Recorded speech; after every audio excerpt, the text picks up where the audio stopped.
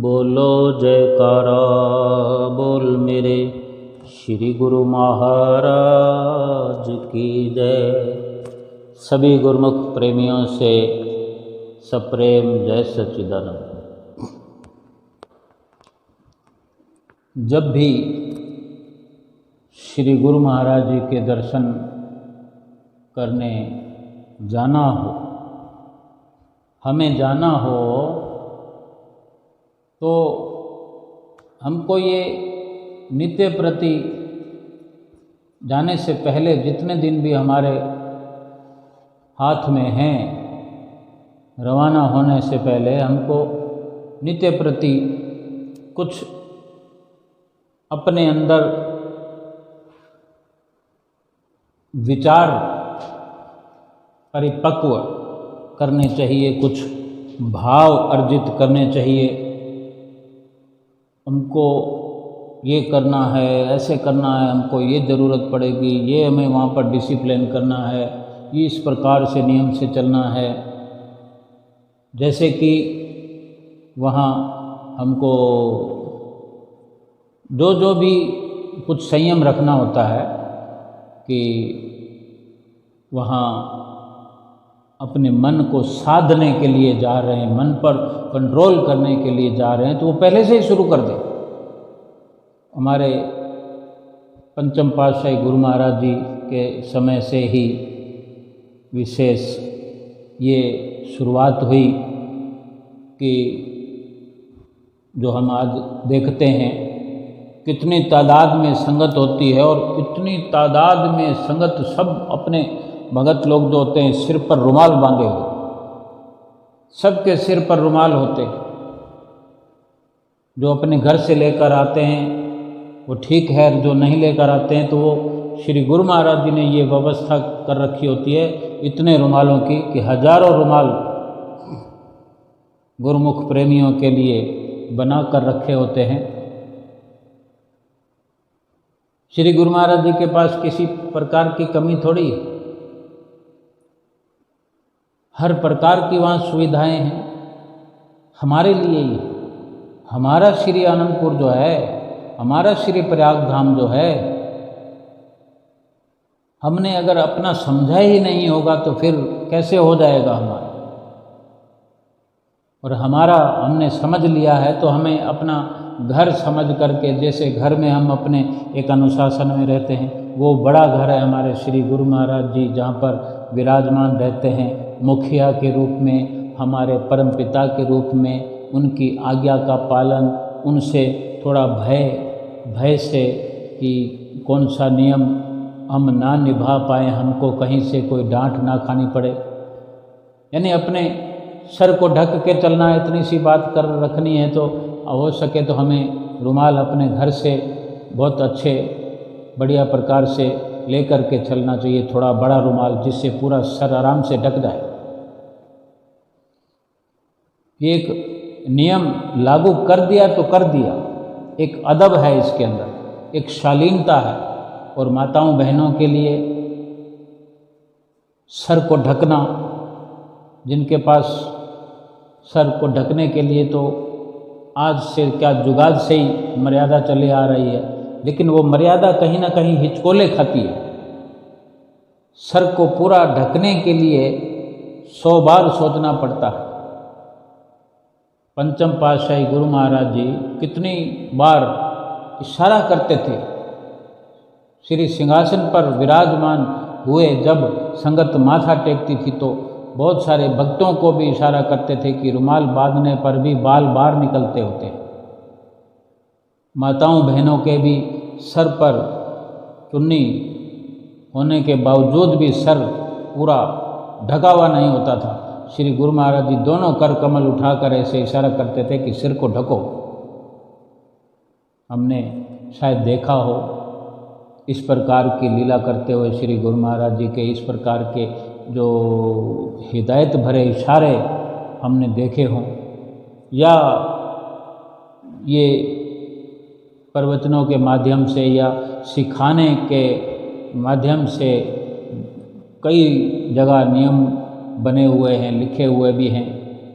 और आज तो कुटिया पर आश्रमों में भी अंदर श्री आरती पूजा में प्रवेश करने के लिए बाहर लिखा भी होता है कि रुमाल से सिर ढक कर प्रवेश करें, लेकिन आज तक भी इतने वर्ष पुरानी बात हो गई है, कोई 20 वर्ष हो गए इस नियम को लागू किए हुए। आश्रमों पर हम अगर जाते तो आज भी बिना रुमाल के बड़े बेबाक बेपरवाह होकर बैठे होते हैं गुरुमुख प्रेमी, और उनको मना नहीं किया जाता। व्यवस्थापक उनको मना करने से डरते हैं कि कहीं नाराज होकर दोबारा आए ही ना वो, क्योंकि उनको अच्छा नहीं लगता हेयर स्टाइल को बिगाड़ना। लेकिन श्री गुरु महाराज जी के वचनों को हम समझें कि अगर वो हेयर स्टाइल हमारा बिगाड़ना चाहते हैं तो उसी में से हमारा सुधार कर रहे हैं। हम बिगाड़ तो देखते हैं लेकिन सुधार नहीं देखते, सुधार दिख नहीं पड़ता हमको। सुधार देखने की हमारे अंदर वो जो परख है वो नहीं है, लेकिन आज्ञा में चलते चले जाएं, वो परख भी सद्गुरु हमें दे देंगे। जब बिगाड़ नहीं होगा तो सुधार कैसे होगा? एक अवस्था को हटाया जाएगा, गिराया जाएगा, तभी बदलाव आएगा, दूसरी व्यवस्था आएगी।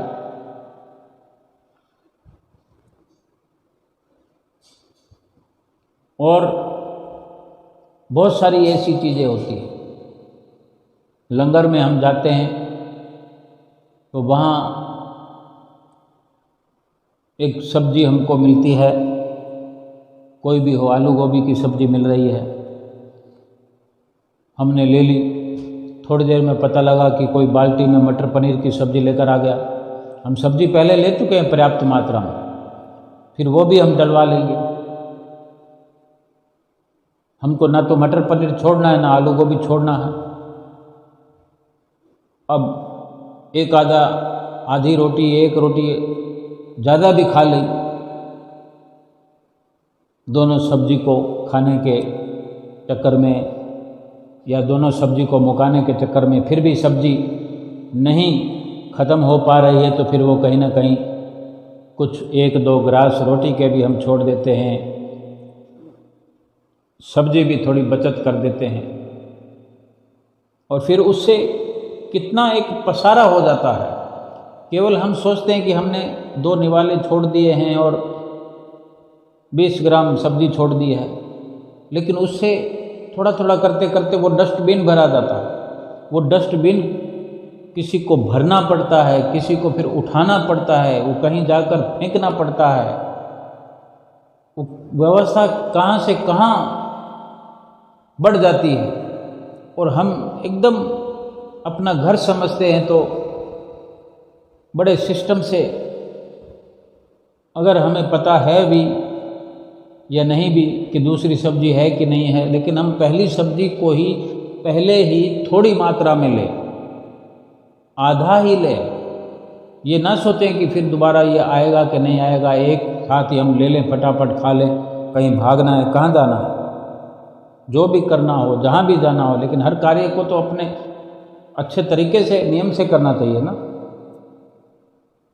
हम थोड़ी सी सब्जी लें, दाल लें, ज़रूरत पड़ने पर दोबारा मांग लेंगे। हो सकता है हमको कुछ ठीक ना लगे, हम पूरा ना खा पाएँ, अगर ठीक लगेगा तो फिर दोबारा कोई मना थोड़ी है, लेकिन थाली में बचना नहीं चाहिए। उससे बहुत सारी बातें हो जाती है, हमारी तरफ से एक छोटी सी गलती। ये परमार्थ के लिए लागू, अगर कोई समझे तो ठीक है, नहीं तो कोई बात नहीं। यही लंगर अगर कुटिया पर, आश्रम पर हो तो ये यहाँ पर भी नियम लागू होता है।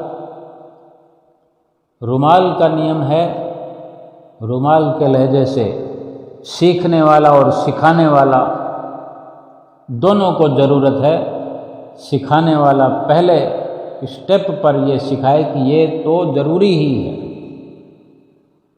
लेकिन अगर आने वालों को शर्तों के साथ बुलाया जाएगा, जो आने वाला है नया, कोई जुड़ने वाला है, वो शर्तों के साथ आएगा कि मैं रुमाल नहीं ढकूंगा, तो व्यवस्थापक जन कह देंगे कोई बात नहीं, मत ढकना, आओ तो सही। लेकिन फिर उस आने का फ़ायदा क्या है? पहले ही दिन, पहले ही नियम पर, पहले ही कदम पर कटौती हो रही है तो आगे बढ़ेगा कैसे? हमने तो बाड़ लगा दी उसके आगे, उसने स्वयं भी रोड़ा अटका दिया और हमने भी रोड़ा अटका दिया, तो वो कहाँ चलकर पहुँचेगा? वहीं खड़ा रहेगा। तो ये सोचने वाली बात है। सबको अपने अपने हिस्से का नियम याद रखना चाहिए, उस पर मनन करना चाहिए, करवाना चाहिए। लंगर की बात भी ऐसे ही है। श्री आनंदपुर में थोड़ी थोड़ी देर में अनाउंस होता है कि थोड़ी थोड़ी मात्रा में जो खाना खाने वाले हैं उनको खिलाने वाले थोड़ी थोड़ी मात्रा में परोसें, दोनों पर लागू होता है। और खाने वाले भी थोड़ी थोड़ी मात्रा में लें, झूठा ना छोड़े। तो ये रोज की बात होती है। लेकिन इससे, इन सब चीज़ों से क्या मन पर असर पड़ता है? मन सधता है, यानी मन साधना है। हमको मन की साधना करनी है, मन को कंट्रोल में करना है, काबू में करना है। अगर इस प्रकार के सदगुरु के बनाए हुए नियमों पर चलेंगे और अपने अंदर झांकी मारेंगे थोड़े थोड़े समय में, तो मन तो निखर कर सामने आएगा, एक बहुत बड़ा बदलाव नजर आएगा। भक्ति तो बाद में शुरू होएगी। भक्ति के लिए ये नियम भक्ति करने की शुरुआत से पहले जरूरी होते हैं। श्री आरती पूजा में पहुंचना है समय पर जा कर के अपना स्थान ग्रहण कर लें। आधा घंटा पहले चले गए तो क्या है? ये ना सोचें कि 7 बजे का टाइम है, श्री गुरु महाराज जी तो 7:30 बजे आए, मैं ऐसे ही बेकार में चला गया। पहले गुरु महाराज जी वहाँ पर बैठे हुए हैं, हम जहाँ आज्ञा मनन कर रहे हैं, आज्ञा पालन कर रहे हैं, हमारा काम शुरू है। श्री गुरु महाराज जी 7:30 आए, 8 आए, अगर हम 7 बजे समय पर पहुंच गए, हमारी आरती शुरू है। हमारी आंखों के सामने मंदिर जी में आरती 8 बजे शुरू हुई, लेकिन हमारे भीतर में, हमारे मन की अवस्था में, अपनी सुरती में हमने ठहराव शुरू कर दिया है। आरती फिर रही है हमारे भीतर। बाहर की आरती जब मर्जी फिरे, क्या फर्क पड़ता है? हम तो अपने मन में जो आरती करनी है वो हमने 7 बजे ही शुरू कर दी।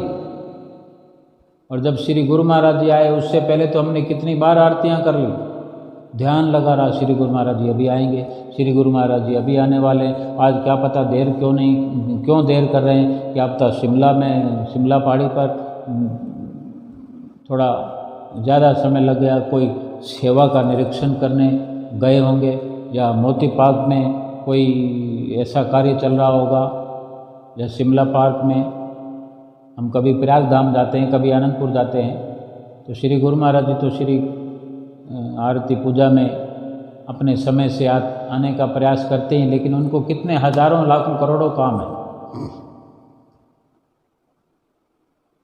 अंदरूनी स्थिति में भी और बाहरी स्थिति में भी, सूक्ष्म और स्थूल हजारों लाखों करोड़ों काम हैं, जाने कितने काम हैं, ये भी हमने कम कहा है। वो क्या क्या करते हैं हम तो अंदाज़ा भी नहीं लगा सकते। इस प्रकार श्री आरती पूजा में हमारा समय खर्च हो और एक उनकी दया को अपने अंदर धारण करते हैं कि ये उनकी प्रेरणा से संभव हुआ कि मैं समय पर आ गया। और दूसरे दिन फिर प्रयास वही होना चाहिए, विचलितता नहीं हो अपने भीतर में कि कल श्री गुरु महाराज जी 8 बजे आए थे तो मैं 7 बजे अंदर क्यों जाऊं। समय पर, अगर हमारे पास समय है तो हमें समय पर पहुंचना चाहिए। बाकी का समय हम अपने मन की अवस्था को देखते रहें, श्री परमहंसों के दर्शन करते रहें, भजन सुमरन में बैठ जाएं, आंख मूंद कर बैठ जाएं, आंख खोल कर टिकटिकी लगा करके परमहंसों का दीदार करें, उनकी छवियों को अपने भीतर उतारें। श्री गुरु महाराज जी की रचना का ख्याल करें कि किस प्रकार श्री गुरु महाराज जी ने रचना रचाई, इन श्री मंदिरों का निर्माण कराया, किस किस प्रकार से देखो श्री गुरु महाराज जी ने नक्शे बनाए हैं। कुछ भी इस प्रकार से सोचते हुए अपना वो समय जो है कीमती और कीमती उसको बनाते हुए श्री गुरु महाराज जी के आने का जो इंतज़ार हम करते होंगे, तो भक्ति से भरपूर वो लम्हे हमारे लिए ही कभी ना कभी काम आने वाले हैं। वो भक्ति हमारे लिए ही काम आने वाली, जो हमने मन को साधने में हम लगे हुए हैं, वो मन हमारा लीन होकर वो हमारे कंट्रोल में होता चला जाएगा। और हम मन के कंट्रोल में होते चले गए तो एक दिन ऐसा हुआ तो दूसरे दिन फिर 8 बजे श्री आरती पूजा में शामिल होंगे, जब श्री आरती पूजा हो चुकी होगी। इसी प्रकार श्री दर्शनों में श्री दर्शन करने जाते हैं, समय पर पहुंच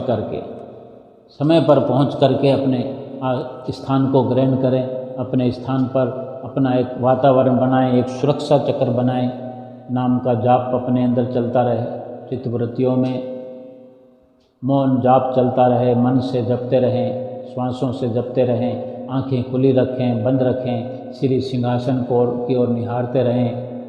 प्यारे प्यारे भजनों की जो शुरुआत होती है वो कानों में रस घोलते हैं, वो रस आस्वादन करते रहें, आँखों से सिंहासन की ओर टिकटिकी लगा करके इंतज़ार अपने सतगुरुदेव महाराज जी का करते रहें और मन को बिल्कुल शांत चित्त बनाए हुए,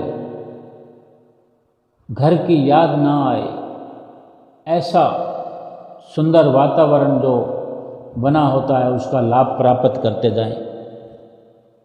जब श्री गुरु महाराज जी सिंहासन पर विराजमान होते हैं क्या हमारा कर्तव्य होता है?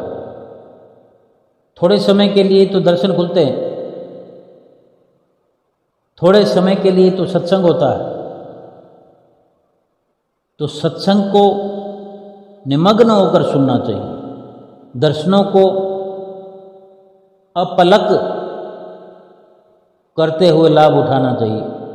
लेकिन हम विचार करें तो हमारा ध्यान तो इधर उधर भटकता रहता है कि कौन आ रहा है, हमारे आसपास क्या हो रहा है, किसने क्या पहना,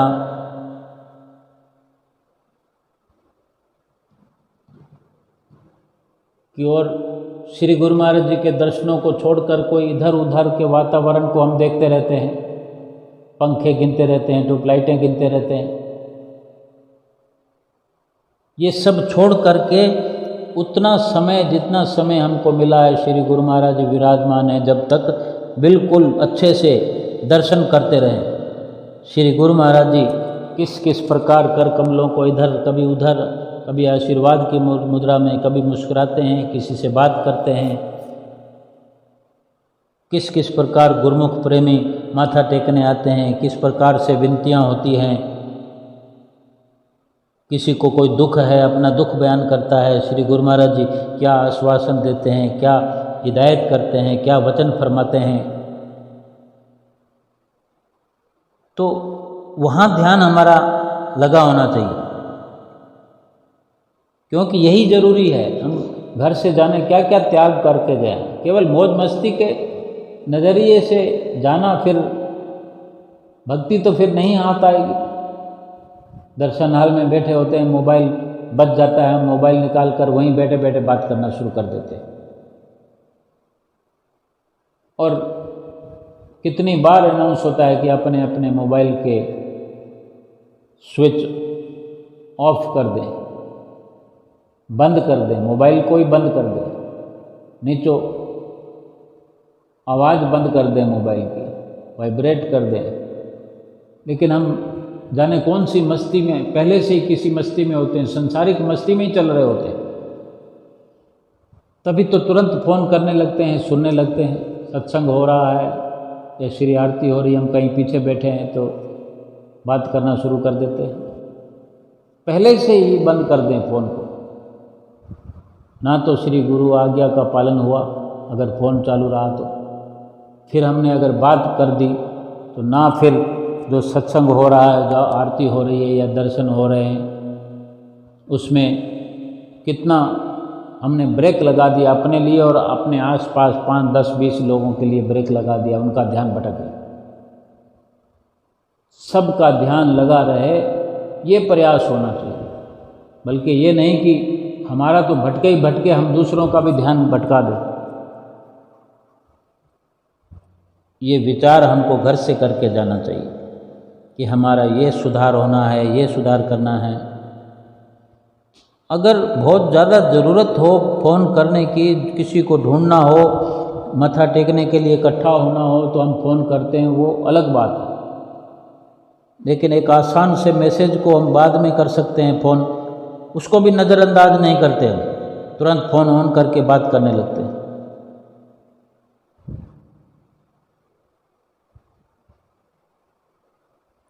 श्री गुरु महाराज जी से हमको आशीर्वाद चाहिए, उनसे हमको रहमतें चाहिए, बरकतें चाहिए।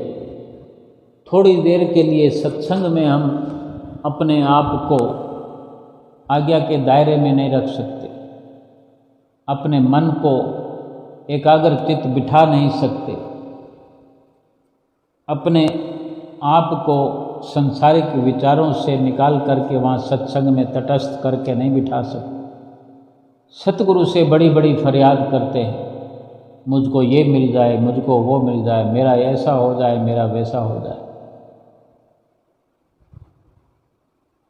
सतगुरु से दीवानगी की हद से प्रेम करना, दीवानगी की हद से उनकी चाहना अपने भीतर में बढ़ती रहे, इसके लिए कुछ भी करना पड़े। अगर हमारे अंदर, हमारे भीतर में हम स्वयं देखें कि क्या हमें सतगुरु की लगन है। हम कुटिया से शुरुआत करते हैं, कुटिया पर किस लिए जाते हैं? सत्संग सुनने जाते हैं या कि सत्संग सुनाना चाहते हैं? भजन सुनने जाते हैं या भजन सुनाने जाते हैं? आजकल अगर देखा जाए तो कुटिया पर जितने भजन सुनने वाले होते हैं उससे ज़्यादा लोग भजन बोलने वाले होते हैं। भजन ही भजन, भजन ही भजन चलते रहते हैं। भजन सुनाने की जो एक होड़ लगी हुई है, उस भजन में क्या है, हमने क्या उच्चारण किया है, उस पर अमल भी हमारा होना जरूरी है। केवल इसी मकसद से अगर हम जाएंगे कि आज हमने भजन सुनाना है, आज रविवार है, आज हमारा दिन है, तो श्री आरती पूजा के बाद पहुंचेंगे भजन सुनाने का जब समय हो। कुछ तो जब भजनों का भी समय शुरू हो जाता है उसके बाद में पहुंचते हैं। ये विचार लिए कि अगर पहले जाएंगे तो पहले भजन बोलना पड़ेगा, जब संगत नहीं होती। हमें तो तब बोलना है जब सबके बाद अवसर मिले, बहुत सारी संगत आ जाए। ये सब क्या है? कुछ तो अपने अंदर भक्ति प्राप्त करने की उमंग हो, भक्ति प्राप्त करने की तरंग हो। भजन सुमरन करते हैं या भजन बोलते हैं, लेकिन मन के अंदर कुछ तड़फ हो, कुछ प्राप्त करने की लगन हो। मन की जो तरंगें हैं उछलती हुई, उनको शांत करके उन मायावी तरंगों को मिटाना ही हमारा मकसद होना चाहिए। कोई कुछ भी करता रहे, हम अपने अंदर भीतर ये देखते रहें कि हमारे अंदर बदलाव हो रहा है कि नहीं, या हम 50 साल से वहीं के वहीं खड़े हुए हैं कि केवल वहाँ पहुँचना है, भजन बोलना है और फिर छुट्टी। अपने विचारों से हमें लाभ होता है, अपने विचारों से नुकसान भी होता है। लेकिन नुकसान अगर हुआ तो वो विचार तो हमारे उत्तम नहीं है। अगर लाभ हुआ तो वो विचार बड़े काम के हैं, वो विचार तो हम दूसरे से भी साझा कर सकते हैं कि इस प्रकार करने से लाभ होगा। ये हमारा अनुभव पक्का हो गया कि हमें लाभ हुआ, हमें क्या लाभ हुआ कि हमारा मन जो है सत्संग में रमने लगे, सत्संग में लीन होने लगे। हम देखें कि हम बचपन से जो संसार की सांसारिक मर्यादा है, फिल्में देखते हैं, फिल्में देखते रहे। अभी कुछ वर्ष हुए हैं, 20, 25, 30 साल हुए हैं कि टेलीविज़न का ज़माना आया, घर बैठे फिल्में देखने लगे। फिर भी बाहर देखने तो जाते ही हैं। अब फिल्में ही फिल्में हो गई, घर में भी बाहर भी। लेकिन बाहर जो फिल्म देखते हैं वो बड़ी बड़ी होती है, बहुत तगड़ी आवाज़ होती है, तगड़े तगड़े साउंड होते हैं, बड़ा मज़ा आता है। यानी मन उसमें लीन हो रहा, मन को हमने लीन कर दिया। घर वाली फिल्म जो फीकी फीकी लगती, अब रोज़ का रोज़ तो बाहर थिएटर में जाया नहीं जा सकता, पैसा बहुत लगता है, समय लगता है, और कहीं कंट्रोल होता है कि घर से बाहर बड़े जाने नहीं देते हमें, बहुत सारी दुविधाएं होती तो चलो काम चलाते। लेकिन बाहर रोज़ देखने का मौका मिल जाए तो बहुत मज़ा आएगा। रोज़ का रोज़ या सारा दिन थिएटर में ही पड़े रहे, उसकी कितनी सोझी है हमें, कितनी सोझी, यानी कितने सचेत है हम कि वहाँ फिल्म बढ़िया लगेगी, और वो डायलॉग रट लेते हम। कुछ समय पहले ऐसी फिल्में, अक्सर फिल्में लगती रहती तो उसमें कुछ ऐसी फिल्में आती है कि जिनमें डायलॉग जो है, डायलॉग फेमस हो जाते हैं। तो बाहर निकलते हैं तो बच्चे बूढ़े जवान क्या है, उन डायलॉगों को बोलते हुए निकलते हैं, रट्टा लगा लेते हैं। फिल्म से बाहर आए तो फिर बार बार वही, क्योंकि अंदर हमने वो फिल्म बनाना शुरू कर दी। हमारे अंदर कैमरा लगा हुआ दिमाग के अंदर, उस कैमरे से हमने वो बनाना शुरू कर लिया था, मूवी बना ली, मूवी की मूवी बना ली। तो फिर घर तक जाते हुए वो करते जाएंगे। अगर 5-4 लोग साथ में हैं, मित्र लोग हैं, दोस्त हैं, आपस में करते जाएंगे। अगर सहेलियां भी हैं आपस में, वो भी उसी को रटते हुए जाएंगे, तो वो कंठस्थ हो जाएंगे। कई कई फिल्मों के डायलॉग ऐसे होते हैं जो छा जाते हैं दिलों पर, छाप खत्म ही नहीं होती। ये सब क्यों होता है कि हम उसकी मूवी बना रहे हैं, अपने दिलो दिमाग से छाप लिया है हमने, उसको रिकॉर्ड भी कर लिया है, फोटो भी शूट कर लिया है, वो चेहरे, वो नज़ारे, वो सब दिखेंगे। फिर उससे हटने का दिल नहीं करता। सत्संग में ऐसा क्यों नहीं होता? हम श्री दर्शन हॉल में जाते हैं, विशाल दर्शन हॉल देखें, कितना बड़ा थिएटर है, एक सत्संग थिएटर कह लो उसको। और जो फिल्म चलती है, और फिल्में चलती तो हैं, स्क्रीन लगी होती है सामने। जो संसारिक जो सिनेमा हॉल है उसमें तो केवल वो होते हैं चेहरे बनावटी, और कहीं ना कहीं वो हीरो और वो लोग जिन पर फिल्में फिल्माई जाती है वो कहीं ना कहीं तो बैठे ही होते हैं, उस वक़्त वहाँ नहीं होते। लेकिन जो जिन सामग्रियों के साथ या जिस वर्णन के साथ या जिस प्रकार के वो रोल करते हैं, वो तो सब के सब झूठे होते हैं। किसी न किसी कहानी पर उन्होंने एक्टिंग की होती है, किरदार निभाया होता है, सबका झूठा पूठा होता है। लेकिन श्री दर्शन हॉल में बैठे हो हम, श्री गुरु महाराज जी सिंहासन पर विराजमान हैं, वहाँ की लाइटिंग, वहाँ का नज़ारा, वहाँ क्या झूठा है? वो तो सबका सब सच्चा है। और वो सच्चा भी कैसा है कि वो सांसारिक नहीं है, वो पारमार्थिक सिंहासन है। वो आत्मा से कनेक्टेड परमात्मा का, जो परमात्मा की फिल्म चल रही है, उस फिल्म को हम, उस फिल्म की मूवी क्यों नहीं बनाते? अपने दिमाग से फीड कर लें अपने अंदर, उन चेहरों को फीड कर लें, फोटो शूट कर लें, और जो भी वहाँ पर सुनाई जाता है उसको रिकॉर्ड कर लें। और उनमें से किए हुए रिकॉर्ड जो डायलॉग, सत्संग वाले जो वचन है, कोई दोहा है, कोई चौपाई है, याद होता ही नहीं है।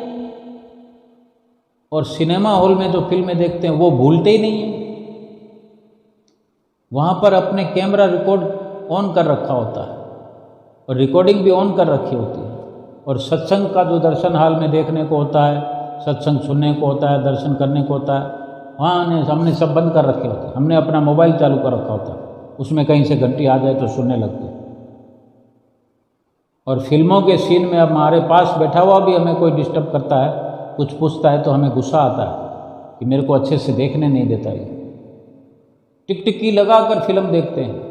ये हमारा अभ्यास रहा है, ये हमारी आदतें रही हैं, हमारी ये खराब आदतें हैं, खराब अभ्यास हैं, लेकिन है संगत और अभ्यास का नतीजा जो उस ओर हम प्रवृत्त हैं बरसों से या जन्म जन्मांतरों से।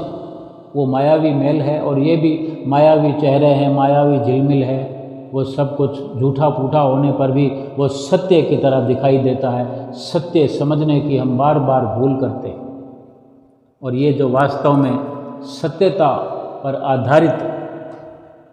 आधारित ही नहीं, केवल और केवल सत्य स्वरूप जो सत्संग हमें सुनने को मिलता है और जो दर्शन हम कर रहे हैं, वो साक्षात रूप में पार ब्रह्म परमेश्वर ऊंचे सिंहासन पर विराजमान है।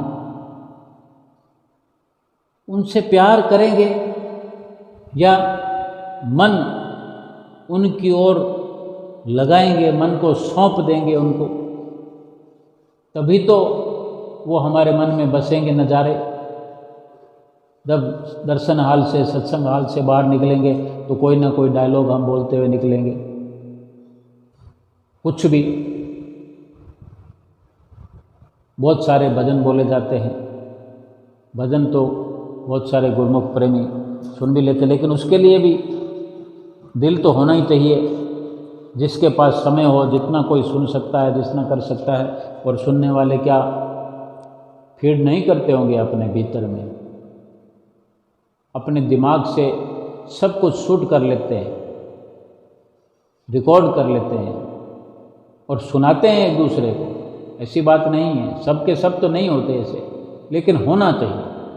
अगर हम घर से चल पड़ते हैं, सत्संग के लिए गए, दर्शनों के लिए गए, वहाँ जा कर के फिर इस प्रकार से हमारी कार्रवाई रही, इस प्रकार से हमारा नफ़ा नुकसान रहा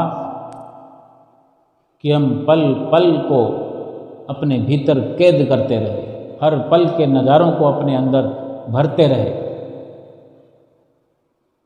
और फिर जितना भी रिकॉर्डिंग करते रहेंगे, जितने दिनों तक दिलो दिमाग में हम भरते रहेंगे, फिर जब तक हम अपने घर में रहेंगे, घर जा कर के दोबारा जब तक नहीं जाएंगे, तब तक वो काम आने चाहिए।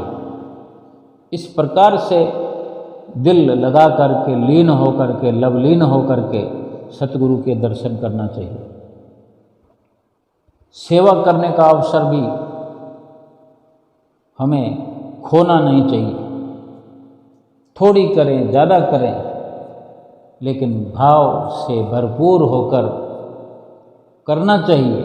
ये घर से पहले सोच करके जाएं कि यहाँ इतना काम करते हैं अपने घर में, 25% काम भी वहाँ पर करेंगे, चाराना सेवा करेंगे वहाँ पर। इतना ही बहुत है, भाव से भरपूर हो जाए कि सेवा का लाभ प्राप्त करना ही करना। दर्शनों का भी लाभ कर लिया हमने, सत्संग का भी लाभ कर लिया। सुमरन के लिए श्री परमहंस दयाल महाराज जी शांति भवन, चाहे श्री आनंदपुर में हो या श्री प्रयाग धाम में हो, श्री आनंदपुर में, श्री प्रयाग धाम में जहाँ भी पहुँचे हैं, वहाँ भजन सुमरन करने का श्री परमहंस दयाल महाराज जी के चरणों में संकल्प लेकर आए, वहाँ से शुरुआत करके आए। ये जरूरी, अधिक से अधिक जरूरी है, ये पहले से मन बना कर जाए। किस लिए श्री परमहंस दयाल महाराज जी का इतना बड़ा शांति भवन श्री गुरु महाराज ने रचना करवाई है। वहाँ बैठकर भजन सुमरन करने की शुरुआत करने के लिए वो स्थल बना हुआ है। श्री गुरु महाराज जी को वहाँ विराजमान किया हुआ है।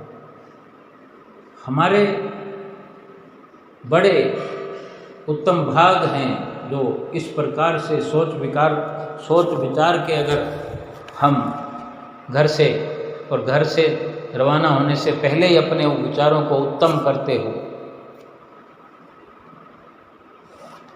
अपने विचारों को पाक साफ करते हुए वहाँ पहुँचेंगे और फिर वहाँ से और साफ सफाई करके लौटेंगे।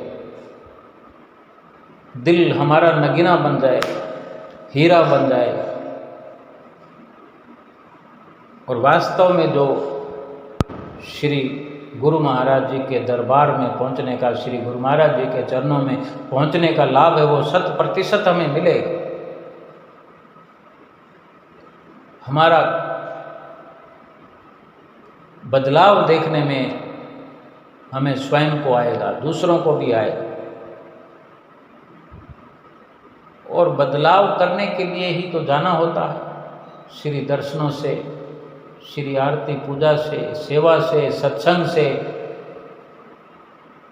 दर्शन ध्यान से। भक्ति का जो धन मिलता है, इन सब पर अमल करने से ही तो मिलता है। श्री आरती पूजा को भी बड़े ध्यान से किया, सेवा का भी शुभ अवसर प्राप्त किया, लाभ उठाया, सत्संग का बहुत अच्छे से सुना भी और मनन किया, दर्शनों के नज़ारे अपने आँखों से भर के अपने अंदर, हृदय के अंदर बसाए, भजन सुमरण किया। ये सब करने से जो नित्य प्रति अभ्यास हम करते रहे, इन सब का हमारी दिनचर्या अलग हो गई, हमारा व्यवहार अलग हो गया। सुबह से शाम तक जय सच्चिदानंद जी, जय सच्चिदानंद जी, जय सच्चिदानंद जी करते रहेंगे, नाम का जाप करते रहेंगे। दर्शन खुल गए, दर्शन खुल गए, दर्शन खुल गए। दर्शन कब खुलेंगे, दर्शन कितने बजे खुलेंगे?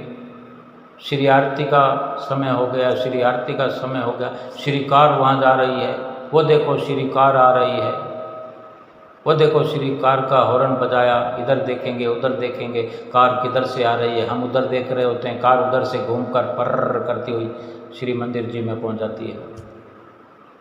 यही सब होता रहा तो ये सब घर में थोड़ी होता, वहाँ तो होता है, लेकिन वो सब अपने भीतर भर के लाएंगे तो अपने घर में भी फायदा चालू हो जाएगा।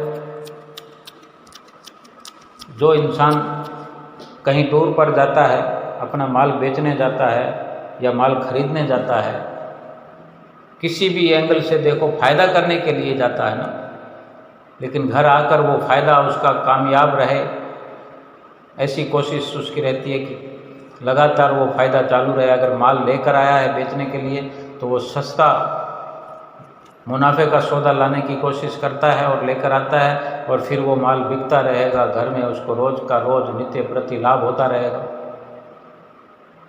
वो खरीद फरोख्त सब याद आएगी कि मैंने अच्छा किया, मैंने अच्छा किया, मुझे फ़ायदा हुआ। तो ये भी खरीद फरोख्त तो है, ये सच्चा सौदा है, लोक परलोक में साथ निभाने वाला, और वो झूठा सौदा है। झूठे सौदे के लिए इतनी फिक्र, इतनी चिंता, और सच्चे सौदे के लिए कोई चिंता फिक्र नहीं है कि हमने सच्चे सौदे को खरीद कर साथ लेकर जाना है। कहीं से भी हमें संसारिक अवस्था में चलते फिरते हम घूमने भी जाते हैं और कोई सामान दिख जाए तो हर सामान को ले लेना चाहते हैं, लेकिन बहुत प्रकार के अंकुश लगे होते हैं, किसी को किधर से, किसी को किधर से, लेकिन दिल ये करता है कि ये भी ले लो, वो भी ले लो, ये भी खरीद लो, वो भी खरीद लो। तो ये सच्चा सौदा है, इसमें भी ऐसी ललक होनी चाहिए। सुमरन भी अपने अंदर भर लूँ, दर्शनों को भी अंदर भर लूँ, श्री आरती पूजा के नज़ारों को भी अपने भीतर भर लूँ, सो सेवा के भी अपने भीतर भर लूँ। वहाँ से ये सब प्रैक्टिकल अमली तौर पर करेंगे तभी तो अपने भीतर भर पाएंगे। केवल कहने मात्र से तो, रोटी रोटी करने से तो भूख मिटती नहीं। रोटी बनाएंगे और इकट्ठी किएंगे, रास्ते में साथ ले जानी है तो बनाकर अपने कटोर दान में रखेंगे साथ में, तभी तो रास्ते में निकाल कर खा पाएंगे। और जहाँ जा रहे हैं उनके लिए कुछ लेकर जाना है तो वो लेकर एकत्र करके अपने साथ रखेंगे, तभी तो वहाँ जाने पर किसी को दे पाएंगे। अगर निश्चित रूप से हमने ये सारा कुछ अपने भीतर में पहले से ही घर से चलते वक्त कुछ दिन पहले से रोज नित्य प्रति ऐसे संकल्प अपने अंदर भीतर में भरेंगे, निर्णय करेंगे और निश्चिंत होकर घर से बाहर कदम रखेंगे तो सतगुरु के चरनार में पहुंचकर, सतगुरु के दरबार में पहुंचकर फिर ये याद भी करेंगे कि हमने कौन से संकल्प घर पे किए थे।